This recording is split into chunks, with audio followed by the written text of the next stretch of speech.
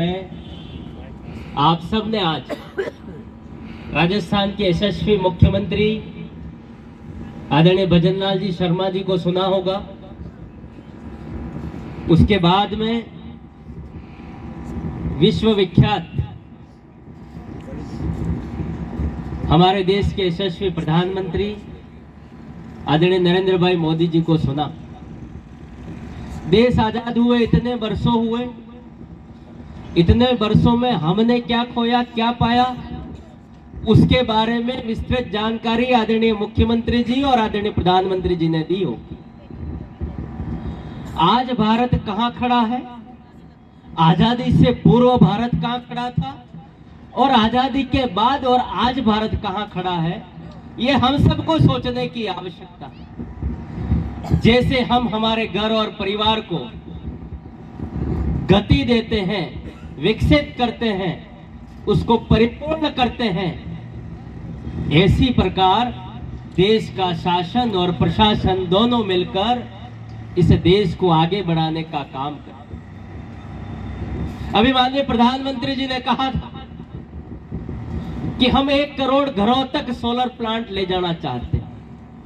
चुनावों के दरमियान भी हमने कहा था, वो विधानसभा का चुनाव हो या उससे पूर्व के चुनाव में, कि हमने घर घर तक पंडित दीनदयाल घरेलू कनेक्शन योजना के माध्यम से गांवों पहाड़ियों तक, जहां एक एक घर पर पोल ले जाने के लिए 50-50 पोल ले जाने पड़ते थे।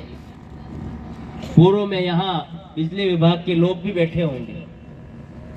किसी घर का घरेलू कनेक्शन करना पड़ता था तो प्रति पोल 11,000 रुपया लिया जाता था, ऑन रिकॉर्ड लिया जाता था। और अगर उसको 10 पोल लगाने हो उसके घर तक लाइट कनेक्शन के लिए तो 1-1 लाख डिमांड आती थी।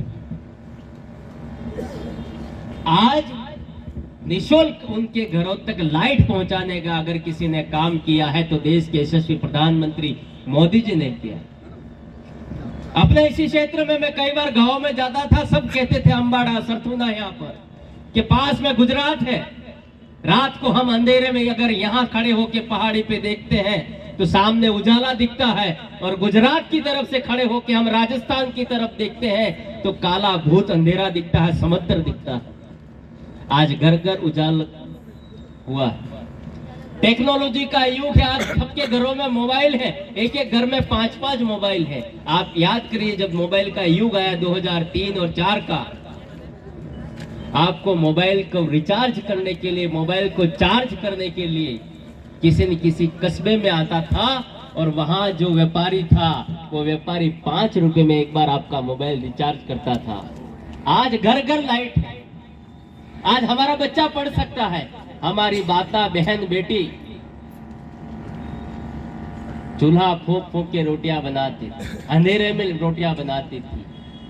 हम अच्छे बच्चे, अच्छे संतान की कल्पना करते हैं, पर हम खाना तो खाना चाहते हैं हमारी माँ के हाथों का, पर हम कभी ये नहीं सोचते कि वो चूल्हे पे रोटियां बनाती है, एक बार रोटियां बनाती है, दिन में आदमी 1 बीड़ी बंडल पी जाता है, 1 पैकेट सिगरेट पी जाता है, और इस नाक और कान से धुआं निकालता है। उतना धुआं 1 टाइम रोटी बनाने से उसके पेट में जाता है। इतने प्रधानमंत्री आए, पर किसी ने नहीं सोचा कि दूर दराज गांव में बैठी हुई मेरी माँ, बेटी, बहू, उस तक भी मैं गैस का कनेक्शन, गैस की टंकी पहुंचाऊं।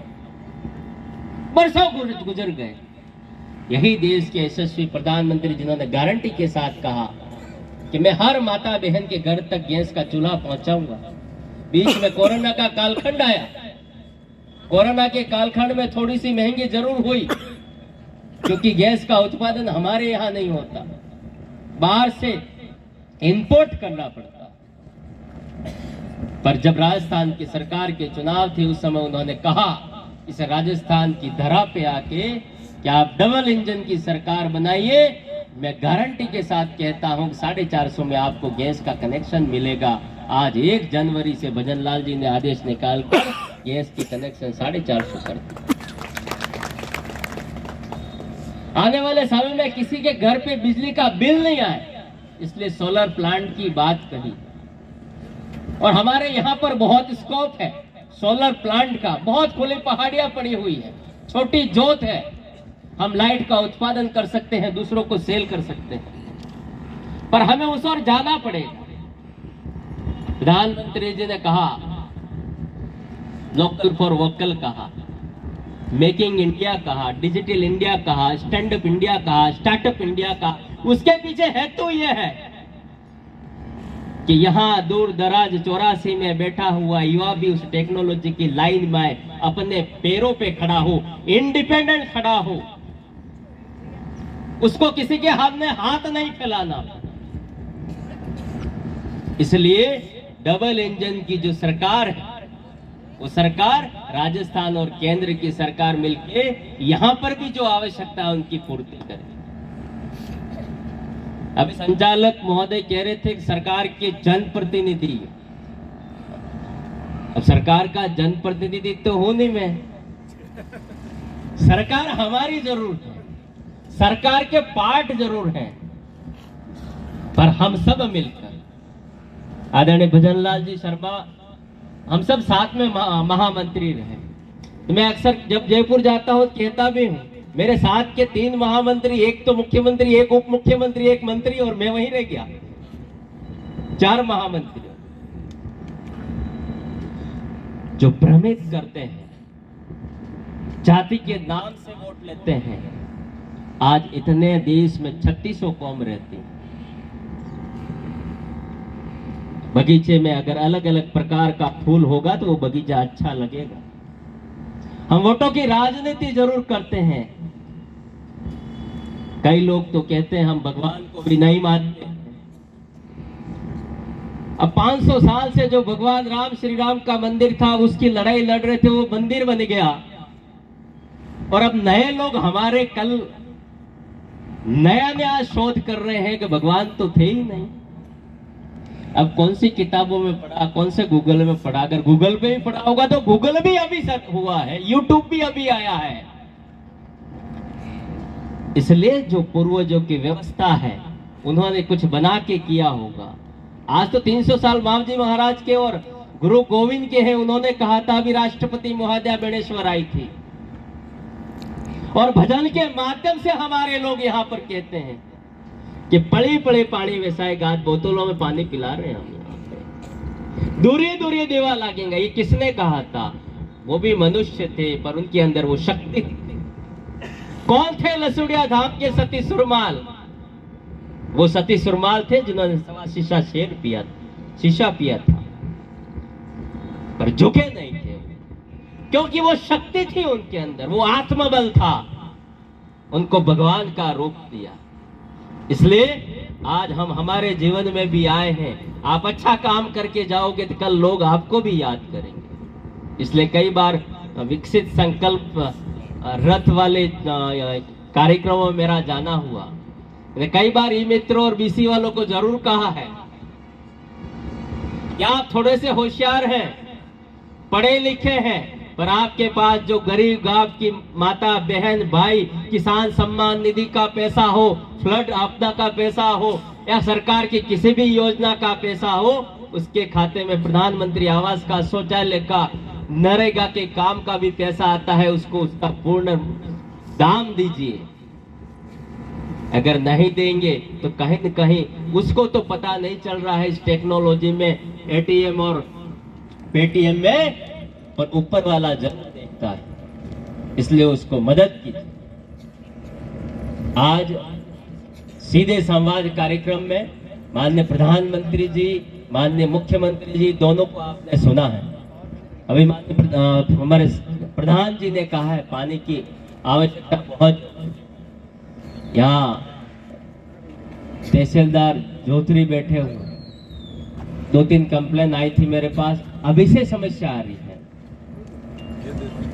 कई बार हम क्या है, बीज गलत बोते हैं तो नीचे धरती खराब हो जाती है। हेलो, इसमें भी कुछ तो पानी की अभी से समस्या है।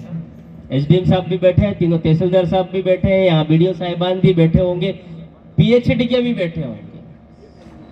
जहां भी पानी की आवश्यकता है, अभी तत्कालीन तो कुआं खुद नहीं सकता, पर टैंकर का प्रोसेस शुरू करिए, पीएचडी से मिलके सरकार के पास कोई पैसों की कमी नहीं है। पर जल जीवन मिशन के तहत केंद्रीय मंत्री गजेंद्र सिंह जी शेखावत ने राजस्थान को बहुत पैसा दिया है, पर जैसा प्रधानमंत्री जी ने कहा, पिछली सरकार ने वो पैसा पीडी अकाउंट के पैसों को भी खा गई, उसको भी नहीं छोड़ा, मूलधन भी निकाल लिया। इसलिए जल जीवन मिशन के तहत पानी पहुंचने वाला है, पर थोड़ा सा समय लगेगा, पर तब तक हम प्यासे नहीं रह सकते। इसलिए जितने भी प्रशासनिक लोग हमारे यहाँ जितने बैठे अधिकारी कर्मचारी कि वास्तव में कुओं में पानी कम हो गया है, बारिश कम थी, तालाबों में पानी नहीं है, बाकी आगे योजना बना रहे कि कैसे हम हर तालाब तक पानी पहुंचा सके। गुजरात के पैटर्न पे हमारे पास में सरथुना, पुनावाड़ा, सिसोट से आगे तालाब भर गए, नर्मदा के वहां से पानी लाके, और हमारे पास तालाब सूखे हैं। इसकी योजना बना के बहुत जल्दी इसकी कोशिश करेंगे। दोनों जगह सरकार है, निश्चित रूप से जितना पैसा 84 को पानी के लिए, बाकी सड़कें, स्कूलें, कमरे, ये सब कुछ दिया है। आज कोई ग्राम पंचायत बाकी नहीं रखी है हमने जहां पर सीनियर स्कूल नहीं है, कोई पंचायत ऐसी बाकी नहीं रखी है जहां पर 1-1 करोड़ की बिल्डिंग खड़ी नहीं हो उस स्कूल में बच्चों को पढ़ने के लिए। कोई गांव, राजस्व गांव ऐसा बाकी नहीं छोड़ा है जहां पर प्रधानमंत्री सड़क योजना से सड़क नहीं पहुंची हो। ये काम तो सब होते रहेंगे, पर जल नहीं होगा तो जीवन नहीं होगा। ये प्राथमिकता चुनाव के दरमियान भी मैंने कही थी और आज भी कह रहा हूं। आप सब लोग रुठ गए होंगे मुझसे, पर मैं आप लोगों से नहीं रुठा हूं, इसलिए काम तो करूंगा।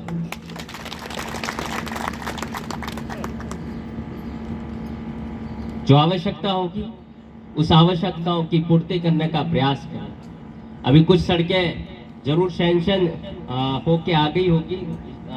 एक्शन साहब बैठे हैं, पीडब्ल्यूडी,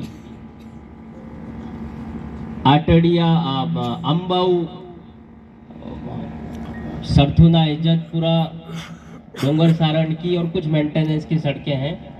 तो किसी भी विभाग से संबंधित काम हो, मैं ज्यादा उस पर जोर देना चाहता हूं कि ITI हमारी शुरू हो जाए, जो युवा बच्चे वहां पर उसमें कुछ करना सीख लें। दूसरा, पानी की समस्या उसकी पूर्ति हो, और सोलर प्लांट पे विशेष जोर देंगे जिससे हमारे बिजली के बिल समाप्त हो जाए, घर पे आना बंद हो जाए। नए प्रोजेक्ट बना के भी भेज रहे हैं, उसमें जितनी अधिक से अधिक मदद हो सकेगी उतनी करेंगे। आज आप सबने माननीय प्रधानमंत्री जी को, माननीय मुख्यमंत्री जी को, SDM साहब को, प्रधान जी को और मुझे सुना, उसके लिए आप सबका बहुत बहुत धन्यवाद। और इस सीधा संवाद कार्यक्रम के माध्यम से समय समय पर इसी तरह आपके बीच में आएंगे।